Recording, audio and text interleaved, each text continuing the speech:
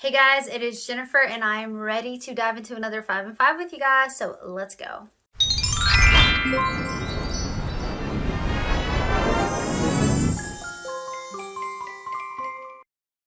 Alright, so as always, quick disclaimer, not a skincare expert, not a dermatologist, not an esthetician, just giving my opinion on these products. Also, keep in mind that you and I have different skin, and so we are going to react to these differently. So don't think that my experience necessarily mirrors or reflect yours. Alright, so let's jump right in and talk about these.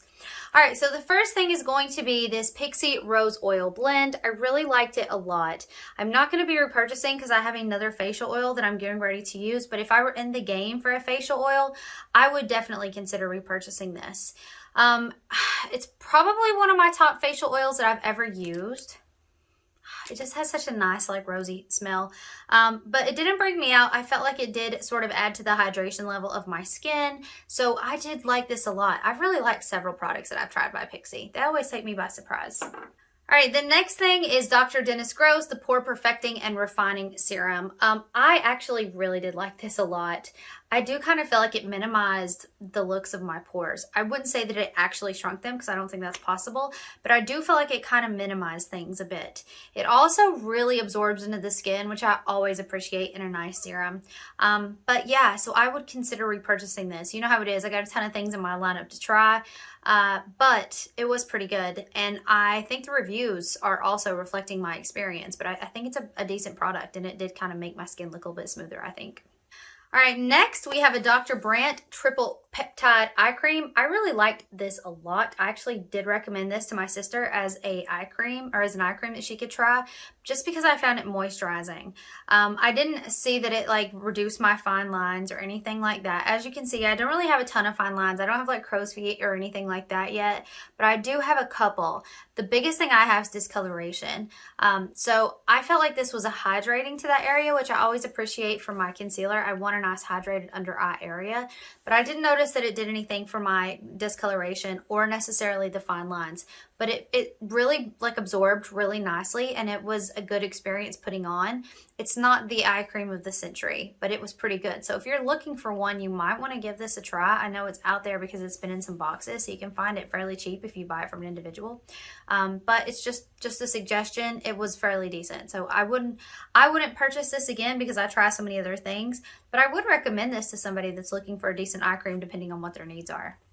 All right, next we have the Torocco Foot Cream Sicilian Blood Orange. So let me just tell you how I used this product. First of all, it has a very interesting smell.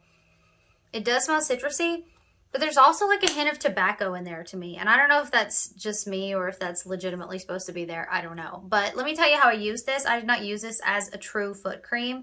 I used this on my legs when I got out of the bathtub, and it was so good. It's got a tingly sort of feeling.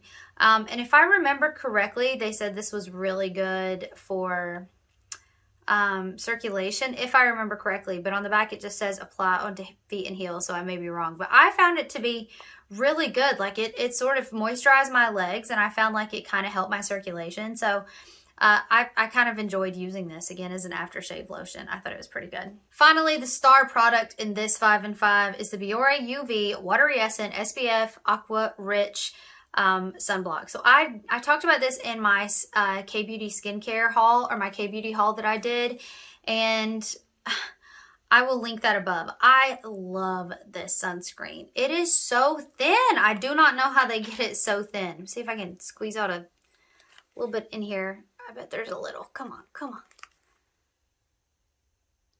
Oh, tiny bit. Just the tiniest bit. But you can see what I mean. Like, it's so thin. It is so thin. The Watery Essence really captures this. It is not thick like a sunscreen. I don't know. I don't know how they've done it. It plays so well underneath my makeup. It plays so well on top of my skincare. I love this. It's affordable, it's thin, it's nice. It doesn't feel like I'm wearing heavy sunscreen on my face. I honestly don't know why people aren't talking about this all the time. So really love this a lot. All right, guys, that's it for this 5 and 5. In the comments down below, let me know if you've used any of these products. Can't wait to talk to you about them, and I will see you guys next time. Bye.